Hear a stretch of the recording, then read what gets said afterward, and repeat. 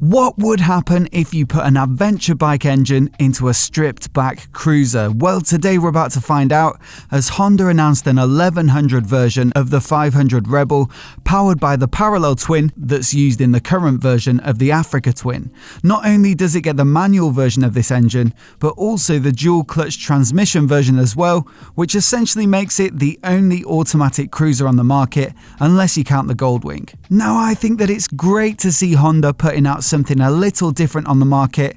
So in today's video, we'll go over all of the details and find out everything you need to know about the new CMX 1100 Rebel. But before we get started, if you're new here and you want to see all of the latest new bikes for 2021, then please do remember to hit subscribe.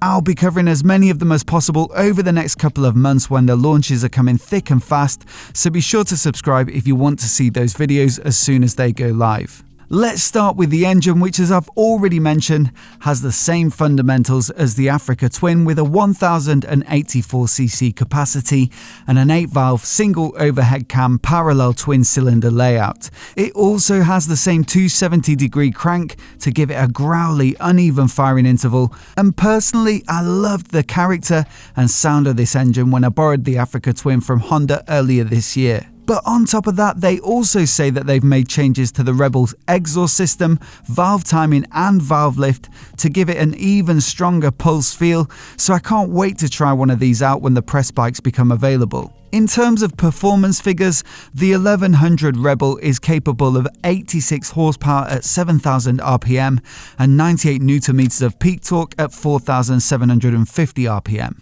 That's quite significantly down on the 100 horsepower of the Africa Twin, but that peak torque figure is produced 1,500 RPM lower in the rev range to give it much more of a cruiser feel. And they've also increased the inertia of the engine with 32% more mass in the flywheel, which they say means that low RPM response is strong and delivered with character. But otherwise, the overall architecture is unchanged from the Africa Twin, and as I said at the top of the video, the Rebel also gets a DCT version. For the uninitiated, dual clutch transmission essentially equates to an automatic, using 2 clutches to switch between 2 sets of gears, which are pre-selected for a seamless feel under acceleration. I've tried DCT on the Africa Twin, the Goldwing and the XADV, and I really got to like how easy it is to jump on and ride, and I was surprised by just how smooth it can be once you get to grips with it. The Rebel will get the same 2 DCT modes as the other bikes I've mentioned, with an automatic mode selecting the gears on your behalf based on vehicle speed, current gear and engine RPM. But should you wish to take control, you can also switch to a manual mode, which allows the rider to select the gears using paddle shift style triggers on the left switchgear. DCT is integrated into the 4 riding modes of Standard, Rain, Sport and User, with Rain offering the smoothest ride at low revs, Sport keeping the revs up on both the up and down shifts, and Standard striking a balance between the two.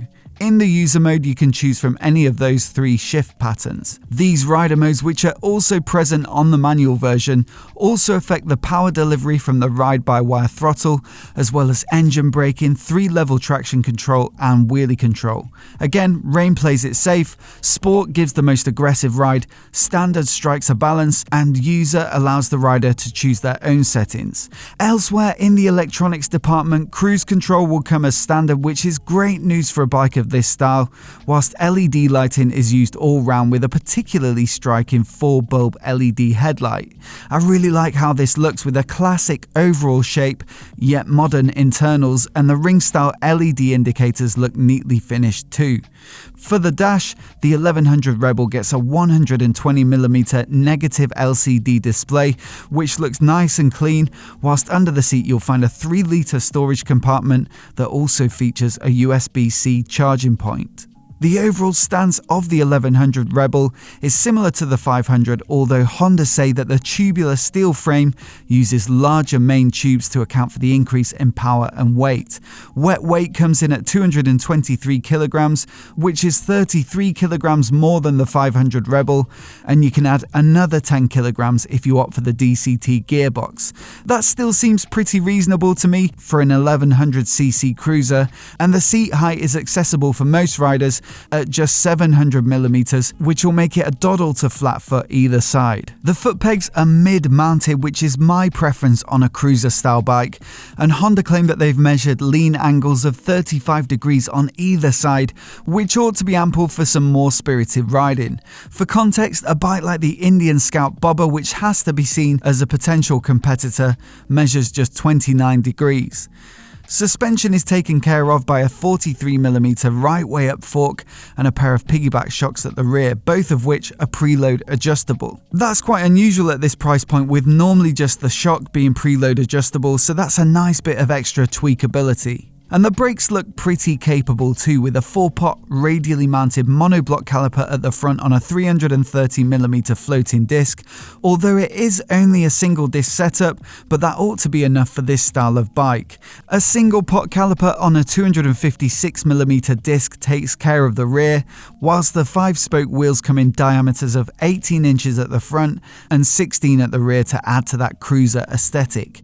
And visually, this bike is pretty much what you'd expect, a larger version of the 500 Rebel, and I think it's better for it. The bigger engine, especially in the DCT spec, gives it more mass lower down, which I think makes it look more beefy, as a cruiser should. I also think that the 18-inch front wheel, as opposed to the pair of 16s on the 500 Rebel, helps with that too. It's certainly got its own style when you compare it to the rest of the cruiser market, with a bit of a utilitarian vibe. There's no chrome, no attempts to make it retro by adding fake cooling fins or the like, and no flashy paint jobs. It just takes the cruiser silhouette and does it in a modern Honda style. I personally much prefer this approach to trying to copy American cruisers. There are 2 colour options at launch, with a Bordeaux red metallic and a gunmetal black metallic. Both look pretty good to me, but the black is the meanest, and for that reason, it'd be my pick, but let me know yours in the comments below.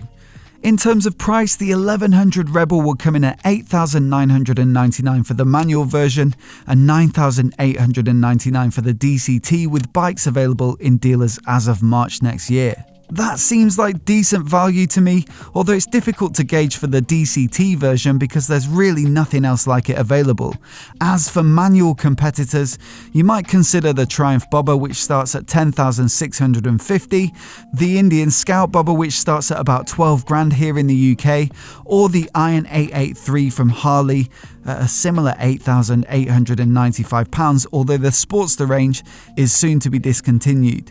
The 1100 Rebel has a much more modern look than any of those bikes, so perhaps it'll attract a different buyer, but regardless, the price looks competitive. As always, I'd love to know what you think of it down in the comments below. I'm pretty sure I'm going to really enjoy riding this one, as I love the engine of the Africa Twin and I think it'll suit this style of bike nicely. I'm also interested to find out how that DCT experience translates to this riding position, so hopefully it won't be too long until we find out. Let me know what you make of it down in the comments below, and if you're new here and you want to see more videos like this, hit subscribe and I'll catch you next time.